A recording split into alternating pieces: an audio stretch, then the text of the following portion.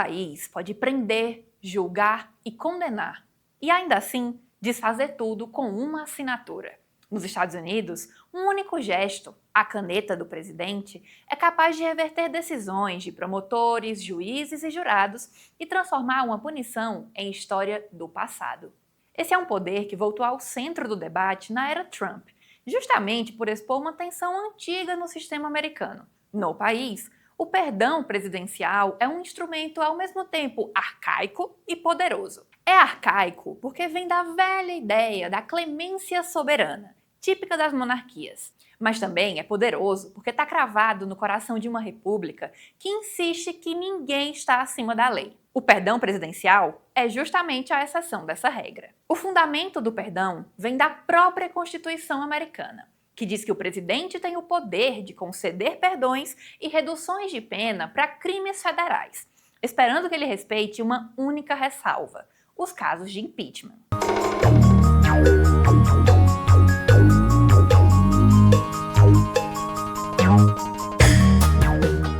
Desde o século XIX, a Suprema Corte entende o perdão como um poder que se estende a toda infração conhecida pela lei e pode ser exercido a qualquer tempo após a prática do delito, inclusive antes do processo, durante o processo ou depois de uma condenação. E o que exatamente é o perdão na prática? Bom, há diferentes formas de um presidente oferecer clemência, com o perdão, a redução da pena, a restituição das sanções financeiras e a suspensão temporária da punição, muito comum em casos envolvendo pena de morte. O perdão não reescreve a história do processo.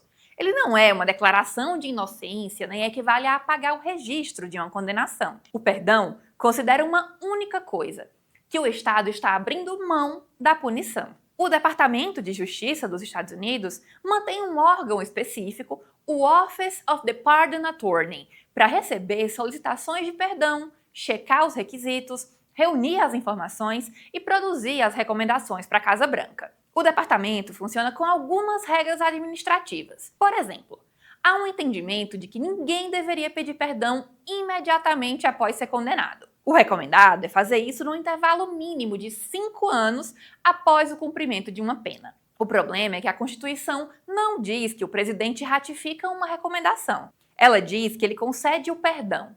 Isso significa que o Departamento de Justiça até pode orientar, mas não tem poder de limitar o presidente. Se o presidente quiser, ele pode ignorar todas as recomendações, atropelar os prazos e conceder perdões diretamente, pelo motivo que for.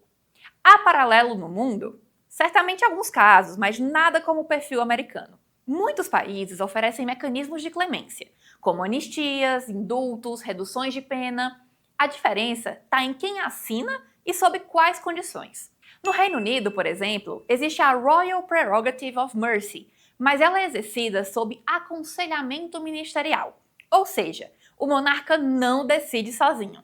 A decisão é, na prática, do governo. No fim, o perdão presidencial americano é uma peça de design constitucional com 2 propósitos. O primeiro é nobre: dar ao sistema penal uma válvula de misericórdia, corrigir injustiças, reabilitar quem já pagou por uma longa pena. Mas o segundo é bastante perigoso: permitir que a lealdade e a narrativa política sejam blindadas por uma caneta. No primeiro mandato, Trump concedeu clemência 238 vezes, número menor que o de muitos antecessores. Só como efeito de comparação, Bill Clinton expediu 459 atos de clemência em 2 mandatos, George W. Bush, 200, e Barack Obama, 1927. É importante registrar que nem todo ato de clemência é um perdão absoluto. Por exemplo, dos concedidos por Obama, foram 1.715 reduções de pena e 212 perdões. Por que o número dele é tão alto? Porque Obama decidiu usar a clemência para um problema específico: as sentenças federais longas e desproporcionais ligadas à guerra às drogas. O próprio Departamento de Justiça adotou como objetivo, no governo dele, conceder clemência para casos em que a pessoa provavelmente receberia uma pena substancialmente menor se fosse condenada hoje. Presos sem violência relevante no histórico, sem vínculo significativo com organizações criminosas, com boa conduta na prisão, já tendo cumprido uma parte substancial da pena, pelo menos 10 anos. Obama concedeu esses atos de clemência em massa, boa parte deles condicionados a tratamento médico. Você pode concordar ou não com essas decisões, mas o perdão presidencial foi pensado exatamente para casos como esse, com absoluta impessoalidade. Reeleito, Trump perdoou mais de 1.500 pessoas de uma só vez assim que assumiu a presidência. Mas mais revelador que os números é o padrão, o perfil de quem é perdoado por ele. Diferente dos presidentes anteriores, que quase sempre perdoavam casos anônimos de menor gravidade, após longas análises de mérito pelo Departamento de Justiça, Trump distribuiu perdões para pessoas bem conectadas a ele, muitas com histórico de crimes financeiros, fraude ou corrupção. Só 25 dos 238 beneficiários do primeiro mandato haviam passado pelo processo de perdão do Departamento de Justiça. E dos quase 1.600 indivíduos perdoados por Trump em 2025, só 10 haviam solicitado perdão. Ou seja, 99% dos indultos dados por ele foram concedidos fora do processo padrão. Entre outras coisas, Trump usou o poder da caneta para perdoar assessores e colaboradores envolvidos em escândalos diretamente ligados a ele. Também há evidências de que no primeiro mandato, indultos foram loteados por lobistas ligados ao círculo de Trump, como seu ex-advogado John Dowd, que cobravam taxas de clientes condenados para levar os seus pedidos diretamente à Casa Branca. Só no último dia do primeiro mandato, Trump expediu um lote de 143 clemências. Nessa lista estava, por exemplo, o seu ex-estrategista político Steve Bannon. No segundo mandato, essas características se acentuaram.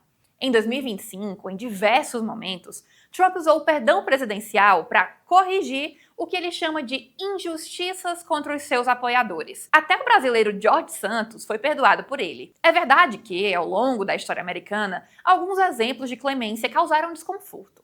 Um deles foi o perdão de Bill Clinton a Mark Rich, um financista que havia fugido da justiça. Também dá para dizer que, mais recentemente, Biden concedeu perdão ao próprio filho, Hunter. O que diferencia Trump desses casos é que nenhum presidente antes dele utilizou o poder de perdão numa escala comparável ou de forma tão abertamente voltada à proteção do próprio círculo político e pessoal. É a ironia de quem foi eleito prometendo lei e ordem. Não parece haver dúvida de qual é o mantra de Trump. Aos amigos, tudo. Aos inimigos, a lei. Esse foi mais um episódio de Fronteiras, coluna de Rodrigo da Silva, que você pode conferir no site do Estadão. Vídeos inéditos vão ao ar todos os sábados às 9 horas da manhã para assinantes. Você também pode ter acesso a conteúdos exclusivos assinando o jornal. Basta apontar a câmera do seu celular para o QR Code que aparece na sua tela. Até a próxima!